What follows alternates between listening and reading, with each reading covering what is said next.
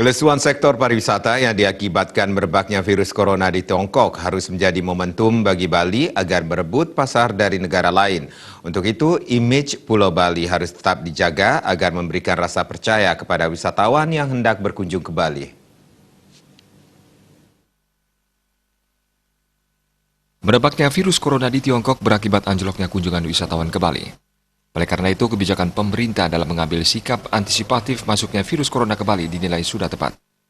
Kejadian ini bisa menjadi momentum bagi Bali untuk tidak mengandalkan satu wisatawan saja. Menurut pengamat pariwisata dan budaya, Idewa Rai Budiasa, inilah saatnya merebut pasar Eropa dan Amerika dengan cara memperkenalkan Indonesia khususnya Bali dalam berbagai bentuk aksi. Saatnya Bali sekarang memikirkan, tidak mengandalkan satu market share saja.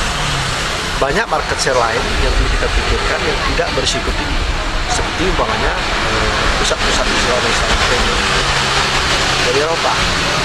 Inilah saatnya sekarang kita merebut pasar Eropa, Amerika Latin. Dalam momen inilah kita perlu memperjelas, mempertegas atau memperkenalkan Indonesia di wilayah tersebut dalam berbagai bentuk aksi.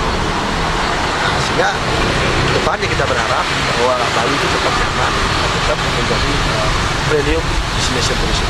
Pihaknya menambahkan promosi sebaiknya digencarkan kembali dengan membangun image yang baik bagi Pulau Dewata. Meskipun Bali sudah terkenal, image tersebut haruslah tetap dijaga. Andika dan Adi Setiawan, Bali TV.